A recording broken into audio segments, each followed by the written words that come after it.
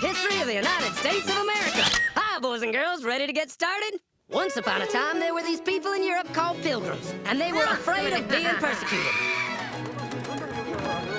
So they all got in a boat and sailed to the New World where they wouldn't have to be scared ever again. Oh, I'm so relaxed. I feel so much safer. But as soon as they arrived, they were greeted by savages, and they got scared all over again. Indians! So they killed them all. Now, you'd think wiping out a race of people would calm them down, but no. Instead, they started getting frightened of each other. Witch! So they burned witches. In 1775, they started killing the British so they could be free. And it worked, but they still didn't feel safe. So they passed a Second Amendment which said every white man could keep his gun. I loves my gun. Loves my gun. Which brings us to the genius idea of slavery. You see, boys and girls, the white people back then were also afraid of doing any work. So they went to Africa, kidnapped thousands of black people, brought them back to America, and forced them to work very hard for no money. And I don't mean no money like I work at Walmart and make no money. I mean $0. Nothing. Not a zip. Doing it that way made the USA the richest country in the world.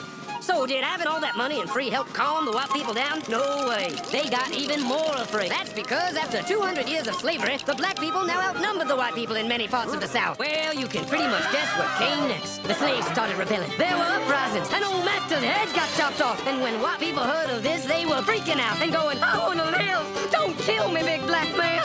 Well, just in the nick of time came Samuel Colt, who in 1836 invented the first weapon ever that could be fired over and over without having to reload. And all the Southern whites were like, yeehaw! But it was too late. The North soon won the Civil War and the slaves were freed. Yep, they were free now to go chop all the old master's heads off. And everybody was like, oh no, we're gonna die. But the freed slaves took no revenge. They just wanted to live in peace. But you couldn't convince the white people of this.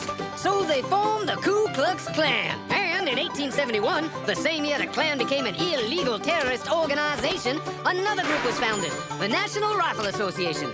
Soon politicians passed one of the first gun laws, making it illegal for any black person to own one.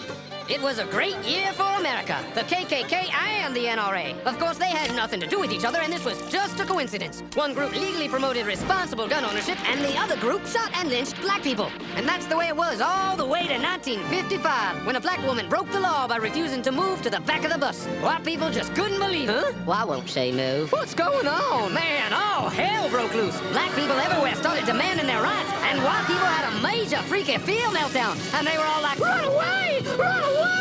And they did. They all ran fleeing to the suburbs where it was all white and safe and clean. And they went out and bought 250 million guns and put locks on the doors, alarms in the houses, and gates around the neighborhoods. And finally, they were all safe and secure and snug as a bug.